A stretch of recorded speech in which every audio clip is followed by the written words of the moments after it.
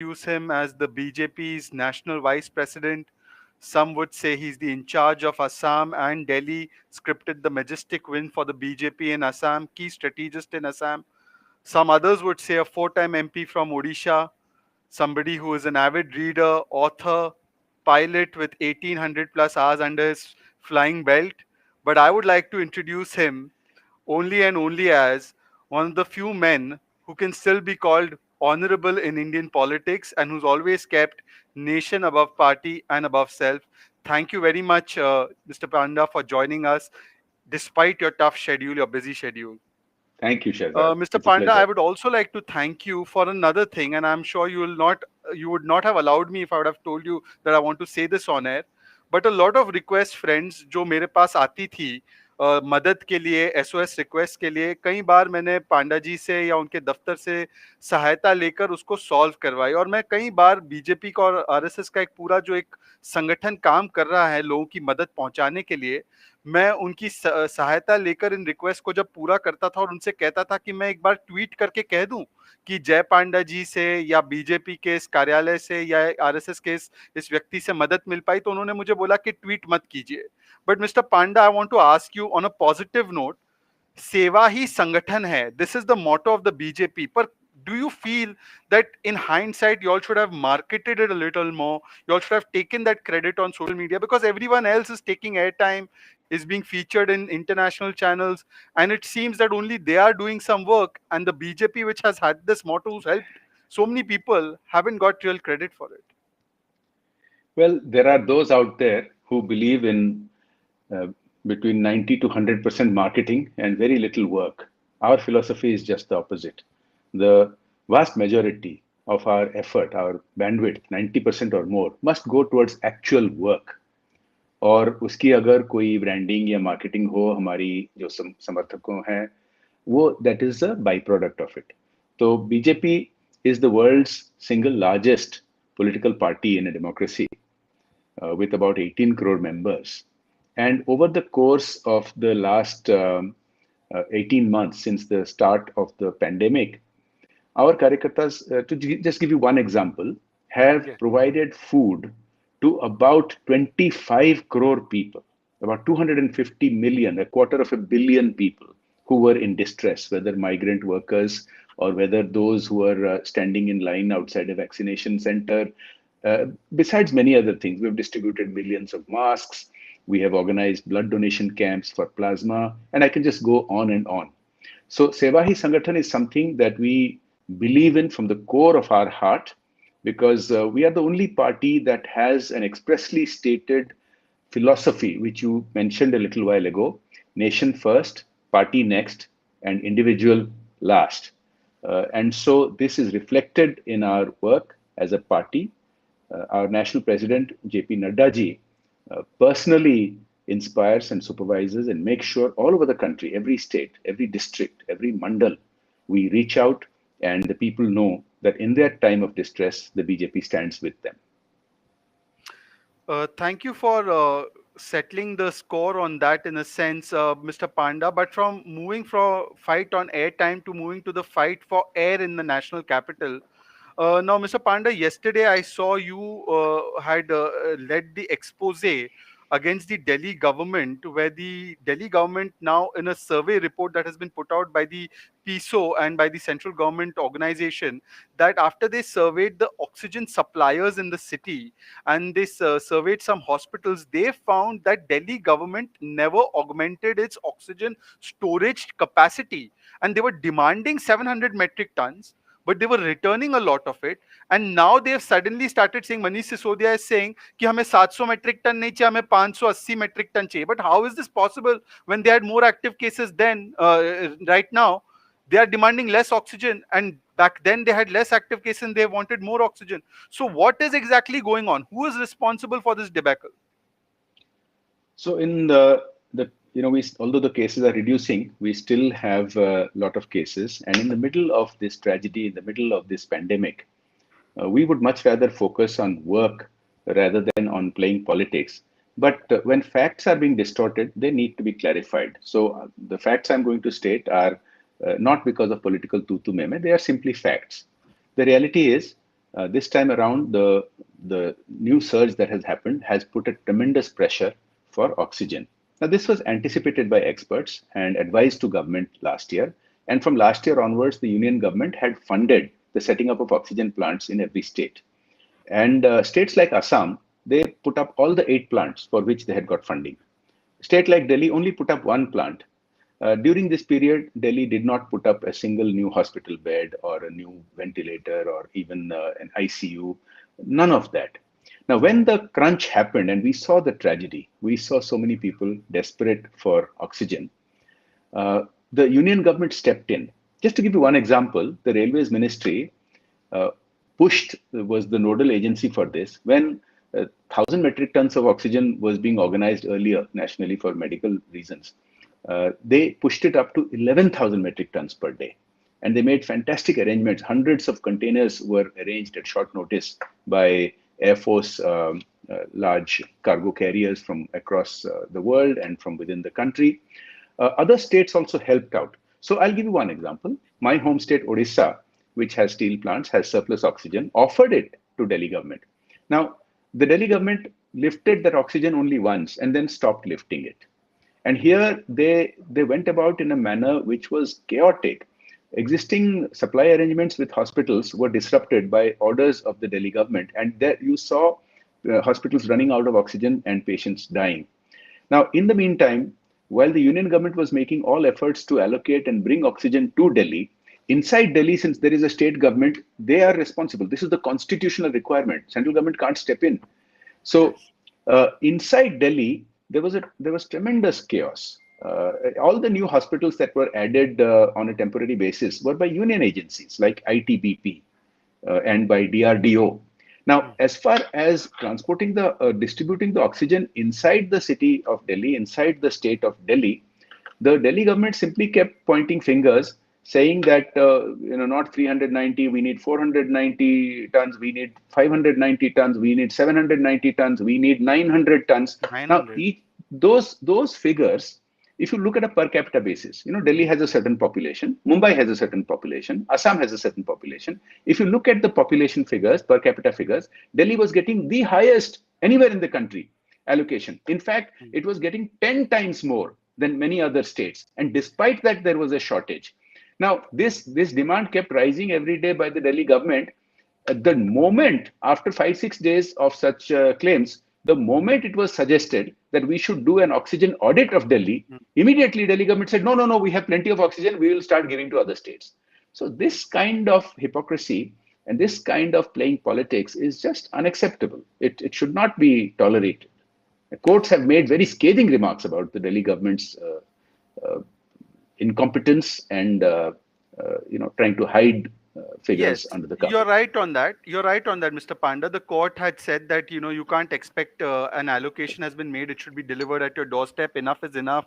And even on the storage capacity, the Delhi government was, in a sense, chastised by the Delhi High Court, saying that what are you doing to augment storage capacity? But Mr. Panda, let me dig a little deeper into this because this is an important issue.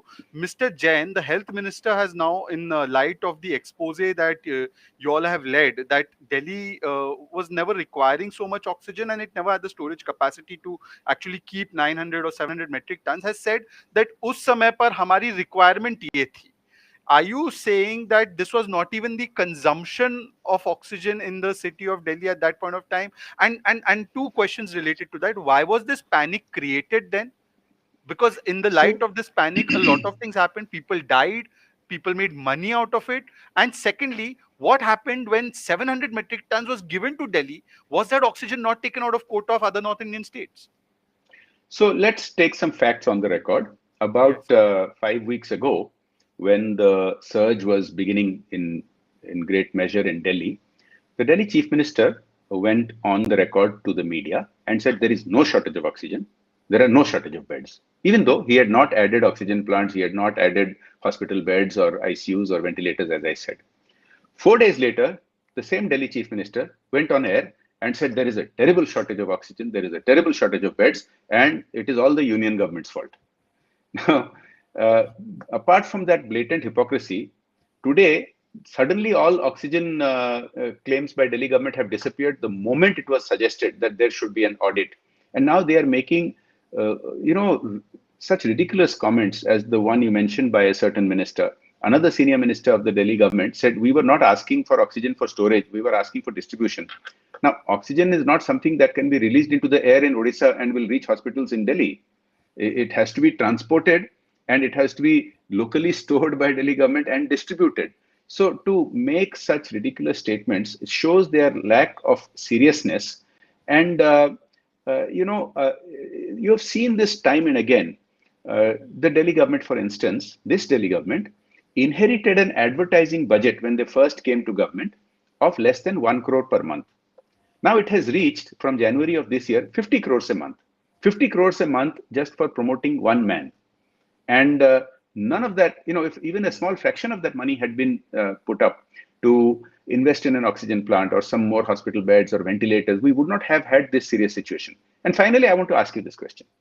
A month ago, the Delhi chief minister went to the media and announced that we are taking steps to import these the cryogenic tanks Yes. required for transport. And they said they are going to buy from Thailand. You remember that? They gave a statement saying we are going to buy from Thailand, we're going to buy from some other country. Now it's been four weeks. Where are those tanks? Where are those cryogenic tanks? They had announced so many things. The media should hold them responsible. The public should hold them accountable for these things. Mr. Panda, Mr. Kejriwal had also said that last year that he would start doorstep delivery of oxygen. His party manifesto even said that they would create 30,000 additional beds. They would get hospitals in place. But RTIs reveal that last 10 months, money may have been spent on advertisement, but none on a ventilator. But Zero. no, let me ask you, because you're in charge of Delhi, you hold a very important position in the BJP as far as Delhi affairs are concerned. So I want to dig a little deeper on this. Now, you are saying that Mr. Kejriwal has all the money to spend on ads, but he has been saying that he doesn't have funds to give to the MCD. So how is the MCD of the BJP? Because the BJP runs the local government in Delhi, and they have to also be held accountable. So what has the MCD been doing, and how has it been managing its affairs? Let's get into that also, sir. Can you explain to the So, viewers about that? if you just look beyond the pandemic, Delhi has many issues. Some of these public health issues are related to hygiene, public hygiene, and that's why the Prime Minister's Swachh Bharat campaign has got so much acclaim around the world. Now, in Delhi, you've had non-payment of salaries to the staff, particularly the Safai Karamcharis. Now, Yes. if you don't pay the Safai Karamcharis, how will you get the garbage cleaned? How will you have the public streets free of litter and free of the conditions that create this infectious environment? So this is a very serious issue.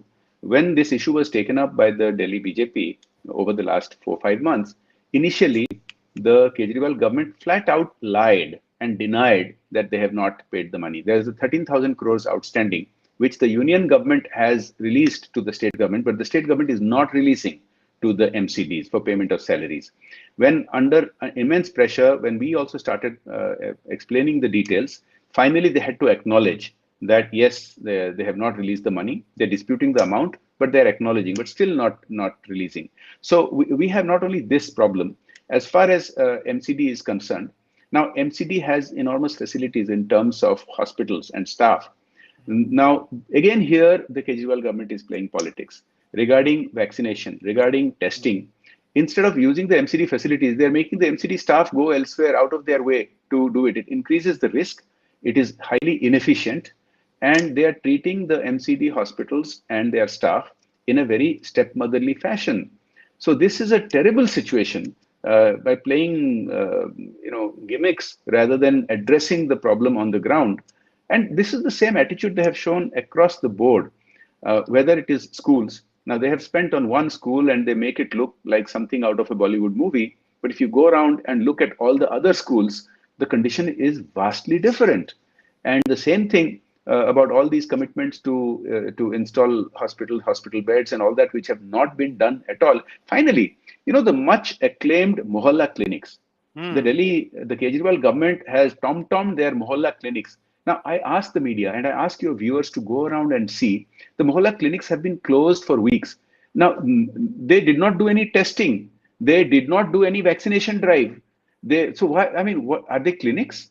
Or are they some kind of a political outpost for rehabilitation of the chief minister's karyakartas? Because if you have mohalla clinics that cannot do testing, that cannot do tikakaran drive vaccination, that cannot provide basic health facilities during the pandemic, they are closed. Isn't that ridiculous? Just a few days ago, I had Parvesh Verma, who is a colleague of yours. He's an MP from Delhi. I asked him the same question. I thought the Mohalla clinics were United Nations and approved by global thought leaders, and I thought that y'all are just jealous that Mohalla clinics are actually doing a lot of work. But now, after both of you have put this in perspective, it seems it was more about Ho clinics, not Mohalla clinics. So it was only a branding political branding tool. But we must, I would request all the viewers, let's not take everything being said here on face value. I would request everyone to go and do a fact check, remove videos, and then send it to us, tag us about if your mohalla clinic is actually working perfectly fine and it's not being used just for dumping garbage, as Parvesh Verma said. Please do share those experiences, and then we will be able to actually credit the chief minister.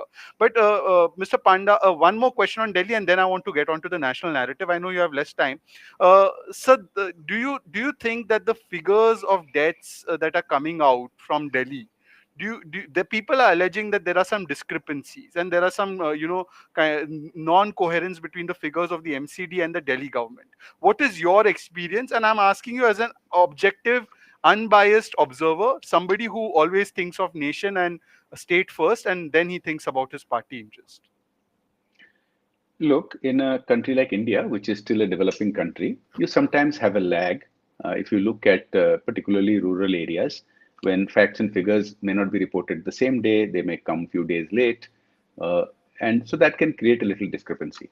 But in an urban area like Delhi, when you have such a lot of population uh, concentrated in one greater city area, the NCR area, you have data available from the MCD hospitals, for instance, as to how many patients have been treated, how many were discharged successfully, how many passed away.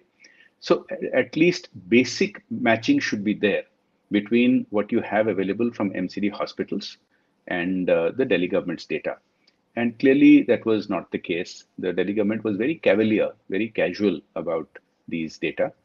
And they have been, whether it is, not just about mortality, look at the caseload, look at the infection rate. It's one of the highest in the country, probably number one or number two. And on top of that, when the surge was happening, they delayed taking policy decisions to restrain gatherings and all that. So on top of that, you have seen, just like with mortality rates, just like with oxygen, they just want to focus on the narrative, on the media narrative and the social media narrative. So as soon as oxygen audit was asked for, suddenly there is no oxygen problem. Now they want to talk about vaccinations. Now again, the vaccine policy, when it was announced, 50% of the vaccines are being procured by union government. For whom? For all over the states. It's not the union. What is the union government? It distributes the 50% of the vaccines all over the country. The Yes. other 50%, which you're supposed to get from the state. Now, states like Assam were very quick. They placed their orders and their vaccination is going on. Now, Delhi is focusing on a narrative only, because they just sent an inquiry letter to the vaccine supplier. And then 3 weeks later, they're saying we are not getting vaccines, they're not supplying. Why? Nobody supplies on an inquiry letter. You have to place an order. You have to make arrangement for payment.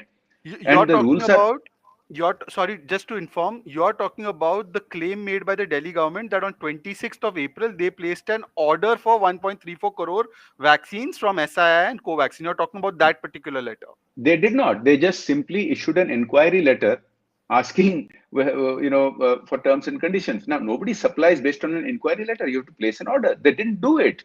Now, whatever vaccination is happening is whatever has been supplied by the union government. Other states are augmenting their 50%, because, health is a state subject after all. But the Delhi government is doing nothing, zero, and just unnecessarily again trying to point the blame once again at the union government. The rules are the same for the entire country. The prime minister has had multiple virtual meetings with all the chief ministers. And based on advice from ICMR, based on advice from experts, the rollout schedule has been agreed. The first priority was to senior citizens, to older citizens, so above 40, above 60, and then above 45. Now the next priority is for 18 to 45, which the Delhi government just wants to hype and create a false impression as if it is somehow being discriminated against, when that is the policy for the entire country. Other states are rolling out their 50%. Delhi is not doing it, and again just wants to keep pointing fingers.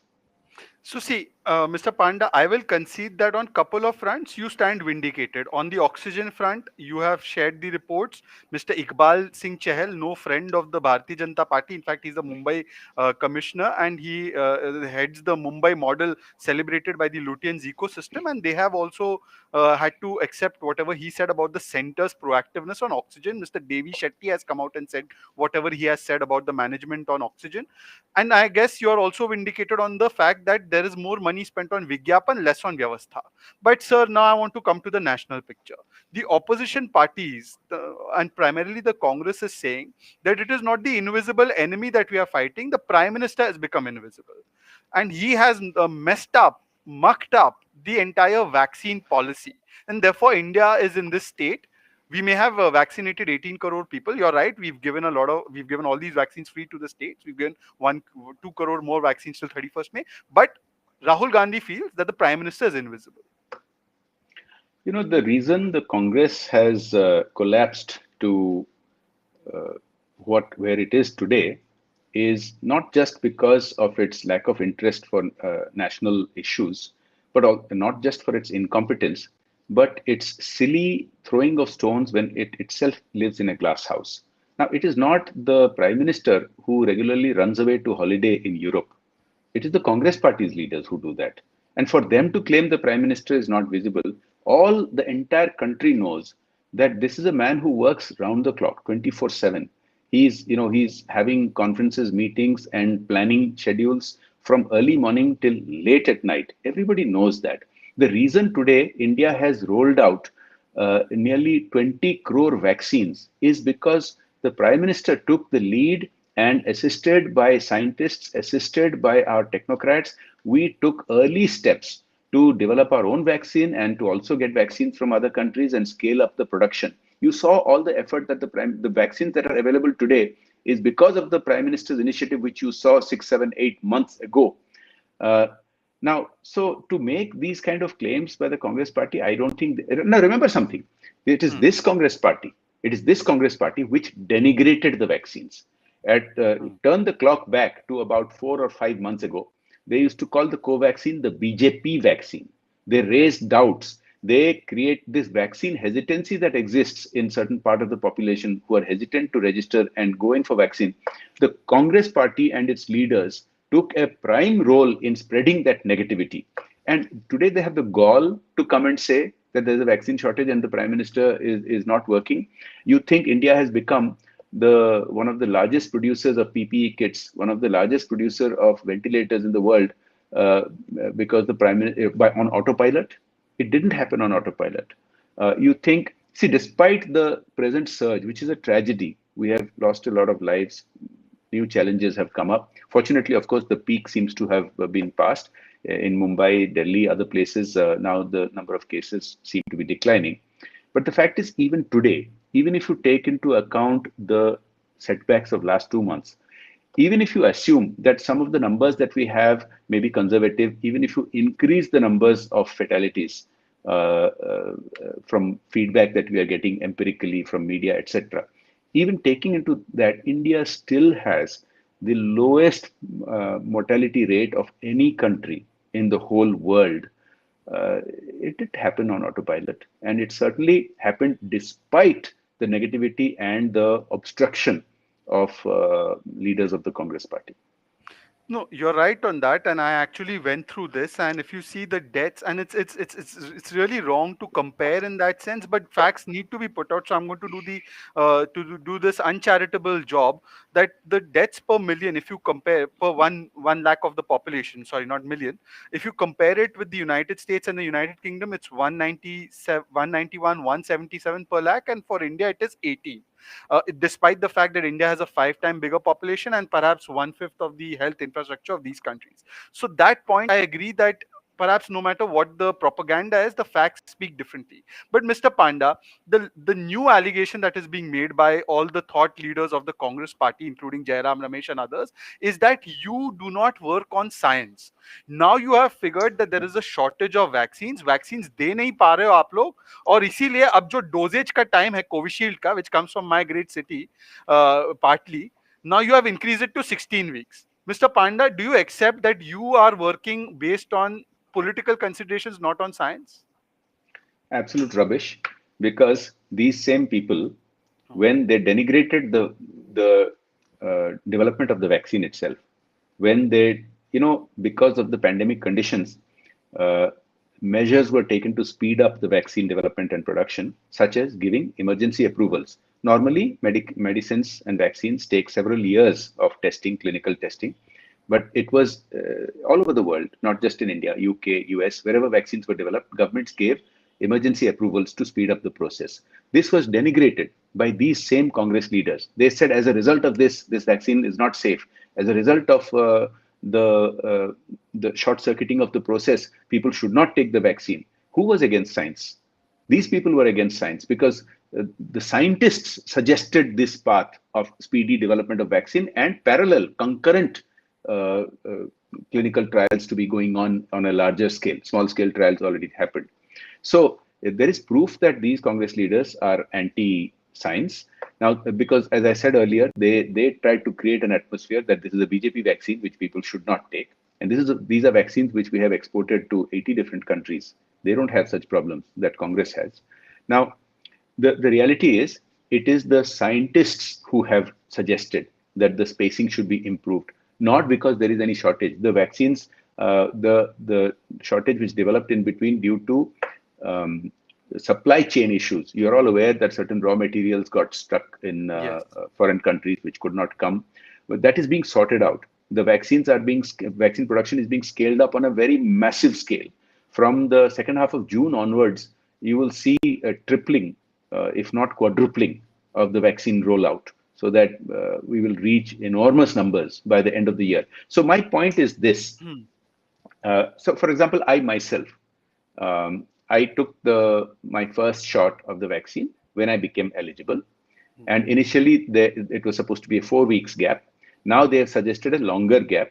So even though on an original schedule I should be eligible to take it now, I'm myself not taking it because I believe the scientists. The scientists are not speaking on behalf of and this is not just an India requirement. Remember, Hmm. the new recommendation by the scientists that you have a longer gap before you take the second shot is not for India alone. It is for all over the world. So if I'm willing to believe them and take it later on, I think that's the rational choice. So to play politics on every single scientific piece of advice is just not only irrational, it's bad for the country. It's opportunistic, and you're right. Lancet and many publications have said about this dosage interval. They've also said that if you've recovered from COVID, your antibodies continue to get produced for 5 to 8 months. So the 6 month period which is being recommended is perhaps in line of science as well. But Mr. Panda, there is one more blame that you need to take responsibility for. Now, you as a member of parliament earlier and even as an active politician have been building India's relations with the world. और इस चक्कर में आपने vaccine मैत्री में हमारे 6 करोड़ से ज्यादा वैक्सीन भिजवा दिए. So they are saying hold Mr. Panda and his party personally responsible for this 6.6 crore vaccines that you have exported when our country needed it. Is that a fair accusation to make on you? This is a good question to ask. No, it's not a fair accusation, but it is a question worth asking. And let me explain that. Please remember two things. I'll put this in the context of another aspect also. Throughout last year, we had a national lockdown, which these same people who are today criticizing, they were criticizing that, saying that the lockdown was too rigorous, should not have happened. It caused loss of jobs. It affected the economy. Religious places were closed. And by the end of the year, it had succeeded that the number of cases had dwindled to just a handful. And there was general consensus, including these Congress leaders, including other opposition leaders, including scientists, including economists, who said you should start opening up and relaxing. So similarly, in the first week of January, religious places started being opened up, and outdoor religious festivals were again beginning to be allowed. And the consensus was that we seem to have beaten the pandemic, and that our vaccine rollout was on the right trajectory. There is one important issue here. This pandemic is not a national pandemic, it's a global pandemic. And it is the correct view that we must have a cooperative approach to deal with it, because India alone cannot tackle it, neither can the US alone or Brazil alone. So we have been helping out the rest of the world, first with hydroxychloroquine last year.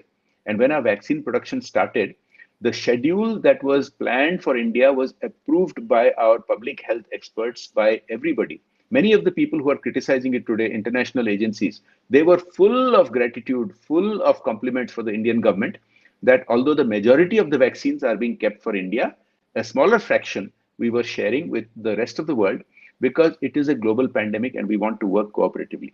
Now, when the cases started surging in this new spike, many important decisions were taken to course correct, because you take decisions rationally based on the information available then. In hindsight, everything can look different, but at the time, so the decisions taken to, for example, stop some of the religious gathering, the decision taken to stop the export of vaccines and redirect that quantity also to Indian requirements. Now, these are rational decisions, but remember, if you don't help the rest of the world when they need it, why should they help you when we need it?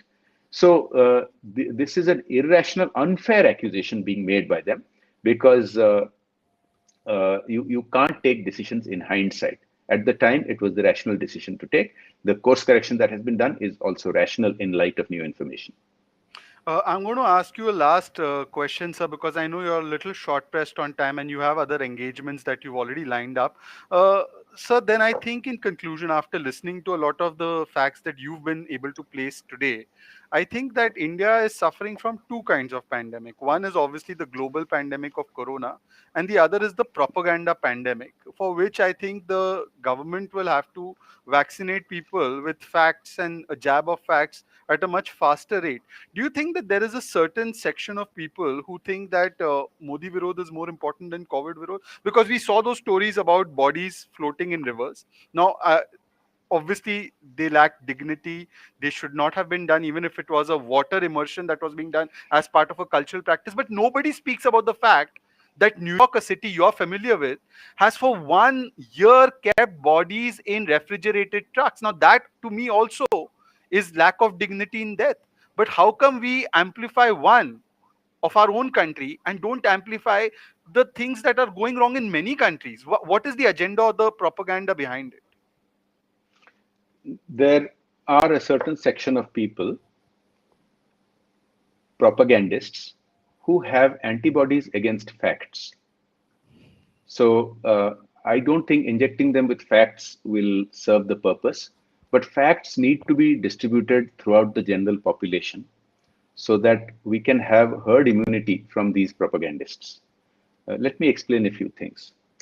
Uh, these group of people who have an allegiance to an earlier ecosystem from which they got rich pickings, all kinds of insider sweet deals, all kinds of benefits, which they are not getting from the current uh, establishment, means that they try to make every issue about it is either pro Modi or anti Modi. Now, the same farmers' laws, which they themselves and experts had been recommending for 50 years, because it was implemented by the Modi government, the attack was on Modi. Now, you turn back the clock earlier, the same CAA, which the Congress itself had supported from Mahatma Gandhi onwards, including the last Congress Prime Minister, Dr. Manmohan Singh, had spoken in favor of in Parliament. When it was implemented by the Modi government, it had to be a bad thing. You can go on and on for the last 7 years, you see this. Now, it's the same thing about the pandemic. These people, they are Indian only in name, and they cannot see any good in whatever the government of India does because it is led by Prime Minister Modi. Although the rest of the world acclaims him and considers that a phenomenal job has been done for India as well as for helping the rest of the world, these people are bent on propaganda, and they're either blind to any good work being done, or they have very strong vested interests which go against them from being able to absorb facts. So I would say the following, that we have to uh, keep doing the right thing. And the government has been doing enormous work. You've cited some of the experts, such as Dr. Devi Shetty, many others internationally.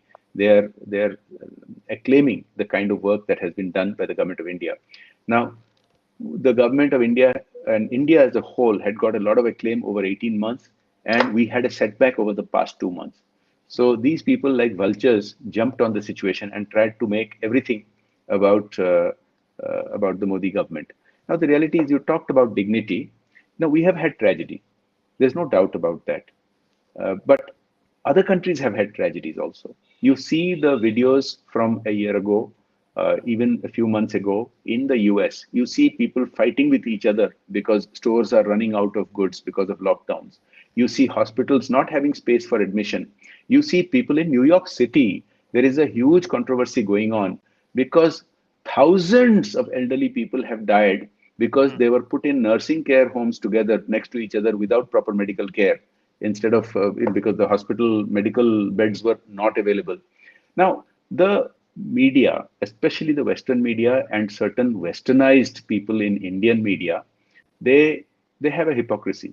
When it comes to similar tragedy abroad, they focus on showing the facts without compromising human dignity. When people were jumping off the World Trade Center at 9/11, nobody went close up to show people's bodies. When hundreds and in some cases thousands of people were being buried or cremated in the US, no cameras went there to show the shroud and the body and the burial place in such. But in India, they have no such compunction, and it is many Indians who are complicit in this. Look, nobody says that you should not show facts. And of course, we should be open to seeing facts from every angle. But the point is, if you only have a prejudiced angle, you only want to show everything as anti Modi, and to highlight that point, you want to dramatize by compromising human dignity. That's a terrible thing. And that I think people understand better than what we can discuss on this chat. Unfortunately, some people went to the extent of labeling this strain as the Indian strain. The WHO said that please, we do not use these labels and tags for any strain based on the country they're You know, reporting the from. same people, Yeah. the same people that batted for China, because Yes. when it came out from Wuhan and people started calling it the Wuhan virus or the China virus, these same people went ballistic, that to bat for China. And today these are the same people calling it an Indian strain, when very clearly the WHO and others have said that that's not the case. So you can see their hypocrisy. You can see some deep-seated uh, I don't know what to call it, deep-seated Malaise, I guess. malaise, hatred against our own country, against our own people. So antibodies against facts and antipathy against Modi. But last and this is honestly the last question, sir. So as a person that a large number of people look up to, you've been a four-time MP, and you have had that position of respect, irrespective of your background. You've been in BJD before, now you're in the BJP. But despite that, people have always seen as somebody ki इंसान ईमानदार है. Now, as an ईमानदार इंसान in public life, I want to ask you, sir, the third wave is coming. Is India going to again witness this kind of situation, or are you now today saying पूरी ईमानदारी से कि we are well prepared and there will be such scenes will not be seen, and at least now we have 200 crore vaccines in place by December, so things are going to be better for this country. We can look forward to that. Here we must be very clear Yeah. that governance must be done on a rational basis. Nobody has a crystal ball to have an exact prediction of what will happen. People only seem to have a crystal ball about past what happened, and then they give prescriptions about what should have been done, even though they themselves had a different opinion 6 months ago. So yes, there are several people warning about a third wave, and yet there are other experts saying that there will not be a third wave for a variety of reasons, because the vaccines, despite the slowdown in the middle, is again speeding up. and within the next few months, you will get hundreds of millions of people get vaccinated in India.